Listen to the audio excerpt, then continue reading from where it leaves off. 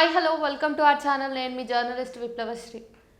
మన భారతదేశంలోని పౌరుల యొక్క దౌర్భాగ్య పరిస్థితి ఎట్లా ఉందో ఆలోచిస్తుంటేనే చాలా బాధ అవుతుంది. ఎందుకంటే మనకంటూ ఒక న్యాయ వ్యవస్థ ఉన్నది, రాజ్యాంగం ఉంది. అంతేకాకుండా మనం ఒక వ్యవస్థలో బ్రతుకుతున్నాం.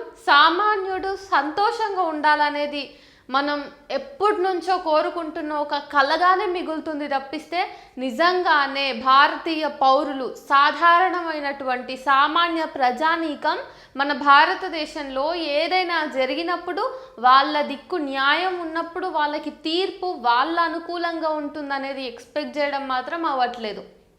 మన భారతదేశంలో 4.5 కోట్ల కేసులు ఈ రోజుకి ఇంకా పెండింగ్లోనే ఉన్నాయి. ఆ కేసులన్నీ కూడా సామాన్యుల కేసులు. ఎందుకంటే వాళ్ళతో డబ్బు లేదు, పవర్ లేదు, అంటే రాజకీయ నాయకులను వాళ్ళు అడిగి వాళ్ళ రికమెండేషన్ తోటి వాళ్ళ కేసుని కొట్టేపించుకోవడమో, లేకపోతే సత్వర న్యాయాన్ని పొందే అంత పవర్ వాళ్ళకి లేకపోవటమో, డబ్బు లేకపోవడమో, హోదా లేకపోవడమో, చదువు లేకపోవడమో, పరిస్థితులు అనుకూలించకపోవడమో మొదలైన కారణాల వల్ల ఈరోజు 4.5 కోట్ల పెండింగ్ కేసులు మన కోర్టులలో మగ్గుతూ ఉన్నాయి. సామాన్యుడికి ఈరోజు న్యాయం అనేది అందనంత దూరంలో ఉన్నది. అయితే మన భారతదేశంలో నిజానికి చట్టాలు, న్యాయము అది తన పని తాను చేసుకుంటూ పోతే ఎంత తొందరగా న్యాయం వస్తుంది, ఎంత తొందరగా తీర్పు వస్తుంది అన్నది నిన్న చూసినాం. ఎస్, మీ అందరికీ గుర్తుంది కదా, అల్లు అర్జున్ను అరెస్ట్ చేయడానికి ఒకటే రోజు పట్టింది. ఆ అరెస్ట్ చేసిన మనిషిని కోర్టులో తీసుకెళ్ళడానికి ఒకటే రోజు పట్టింది.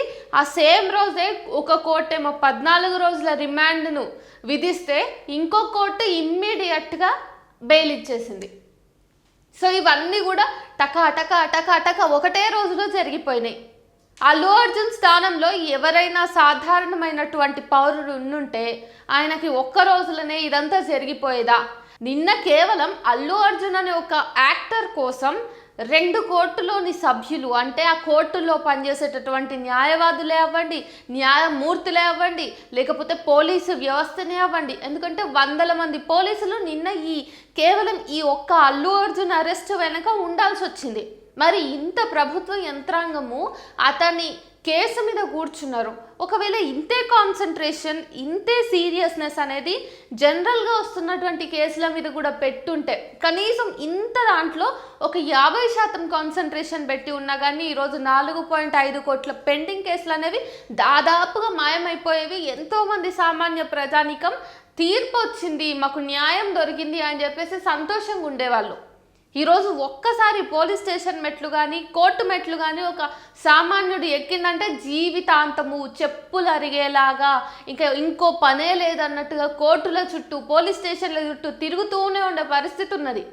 కానీ మనకు అర్థం అవ్వలేదు ఇన్నాళ్ళు. నిన్న చూడండి, కేవలం విదిన్ సెకండ్స్, అసలు సేమ్ డే రోజు అన్నీ జరిగిపోయినాయంటే కేవలం మన భారతదేశంలో న్యాయ వ్యవస్థ స్లోగా లేదు.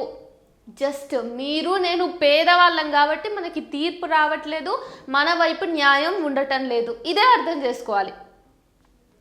అయితే నిన్న రేవంత్ రెడ్డి అల్లు అర్జున్ అరెస్ట్ విషయంలో మాట్లాడుకుంటూ ఏమన్నాడంటే, నాకు యాక్టర్స్కి లేదా నాకు సెలబ్రిటీలకి పర్సనల్గా ఏముంటుంది, ఏముండదు, ప్రజల పక్షాన్ని నేను నిలబడతా, రాజ్యాంగం చట్టాలు ఎట్లా చెప్తాయో నేను అట్లనే చేస్తా అని చెప్పేసి అన్నాడు. అందుకే అల్లు అర్జున్ని అరెస్ట్ చేయించిన అని అన్నాడు. సంతోషం. ఇట్లనే మన స్టేట్లో ఇంకేవైనా పబ్లిక్ గ్యాదరింగ్స్లో ఇట్లాంటి తండోపతండాలుగా జనం వచ్చి తొక్కిసలాట జరిగినప్పుడు కూడా అట్లనే చేస్తారా? రేవంత్ రెడ్డి ఒక్కననే కాదు, మన భారతదేశ వ్యాప్తంగా చూసుకుంటే ఇట్లాంటి ఘటనలు ఎన్నోసార్లు పునరావృతమైనటువంటి దాఖలాలు ఉన్నాయి. కుంభమేళా జరుగుతుంది. కుంభమేళాలో ఎంతోమంది తొక్కిసలాటలో ప్రాణాలు కోల్పోతారు. రీసెంట్గా బోలేబాబా పెట్టినటువంటి ఒక మీటింగ్కి, ఒక పబ్లిక్ గ్యాదరింగ్కి, ఒక స్పిరిచువల్ మీటింగ్కి 80,000 మంది వస్తారు అని చెప్పి పోలీసులకు ఆయన ఇన్ఫర్మేషన్ ఇస్తే 2 లక్షలకి పైగా జనాలు వచ్చేసరికి అక్కడ చాలా పెద్ద ఎత్తున తొక్కిసలాట జరిగి దాదాపు 120 మంది మనుషులు చనిపోయినారు. దీని మీద మరి బోలేబాబాను అరెస్ట్ చేసిండ్రా అంటే ఆ కేసు యొక్క ఆ కేసు ఎట్లా వచ్చింది, దాని చుట్టూ ఉన్నటువంటి పాలిటిక్స్ని చూసినట్టయితే బోలేబాబా తప్పే లేదన్నట్టు బోలేబాబా చాలా స్వేచ్ఛగా, ఏమాత్రమో భయపడకుండా, ఆ తర్వాత కూడా తన దైవత్వాన్ని ప్రజలకు అట్లానే చూపిస్తూ ఉన్నాడు స్వేచ్ఛగా. అల్లు అర్జున్ని అరెస్ట్ చేయడం మా నొప్పి కాదు. కాకపోతే మా డిమాండ్లు ఏంటంటే అల్లు అర్జున్కి ఒకటే రోజులో తీర్పు ఎట్లా ఇచ్చిరో, ఆయన కేసుని కొలిక్కి ఎట్లా తెచ్చిండ్రో, పెండింగ్ పడకుండా మురుగబెట్టకుండా సంవత్సరాలు అట్లా మా ప్రజానీకం అందరి యొక్క కేసుల్ని కూడా అంతే చిత్తశుద్ధితోటి, అంతే నిబద్ధతతోటి, అంతే క్రమశిక్షణతోటి చూడాలనేది మా కోరిక. ఆ తర్వాత సినిమా యాక్టర్లను, సెలబ్రిటీలను ఇట్లా అరెస్ట్ చేయడం ఎంత బాగుందో, ఇదే విధంగా రాజకీయ నాయకులు ఏదైనా పబ్లిక్ గ్యాదరింగ్ పెట్టినప్పుడు కానీ, లేకపోతే మత గురువులు ఏదైనా పబ్లిక్ గ్యాదరింగ్ పెట్టినప్పుడు కానీ, లేకపోతే ప్రవచనకారులు ఏదైనా యాగం చేస్తామనో సామూహిక పూజా కార్యక్రమాలు నిర్వహిస్తున్నప్పుడు కానీ, అక్కడ ఇట్లాంటివి ఏవైనా అవాంఛనీయమైనటువంటి ఘటనలు జరిగి అక్కడ ఏదైనా ప్రాణ నష్టం జరిగితే అప్పుడు కూడా ప్రభుత్వాలు ఇదే తీరులో స్పందించాలి. ఈరోజు రేవంత్ రెడ్డి బిహేవ్ చేసిన తరీకను చూసినట్టయితే ఈ అరెస్ట్ వెనుక నిజంగానే కుట్ర ఉంది అని అనిపిస్తుంది. సరే, అల్లు అర్జున్ని అరెస్ట్ చేయడము ఇది ఏదైతే ఉందో ఇది ఎంతవరకు కరెక్టో, మిగతా వాళ్ళని అరెస్ట్ చేయాలనే ఒక ప్రతిపాదన ఎట్లయితే బయట పెడుతున్నామో దీన్ని కొంచెం పక్కన పెడితే, రేవంత్ రెడ్డి మరీ ముఖ్యంగా నిన్న అల్లు అర్జున్ని అరెస్ట్ చేయించడం అనే వెనుక ఎందుకు కాన్స్పిరసీ ఉంది అంటే, నిన్న శుక్రవారము అల్లు అర్జున్ రీసెంట్ ఎలక్షన్స్లో పొత్తులో ఉన్నటువంటి 3 పార్టీలకి కాకుండా, అంటే కూటమి ప్రభుత్వానికి కాకుండా జగన్ ప్రభుత్వానికి, అంటే జగన్ పార్టీకి ఈయన కొంచెం మద్దతునిచ్చినటువంటి విషయంలో కూడా ఇక్కడ గొడవలు జరుగుతూ ఉన్నాయి. మనందరికీ తెలుసు రేవంత్ రెడ్డి యొక్క రాజకీయ గురువు చంద్రబాబు నాయుడు అని.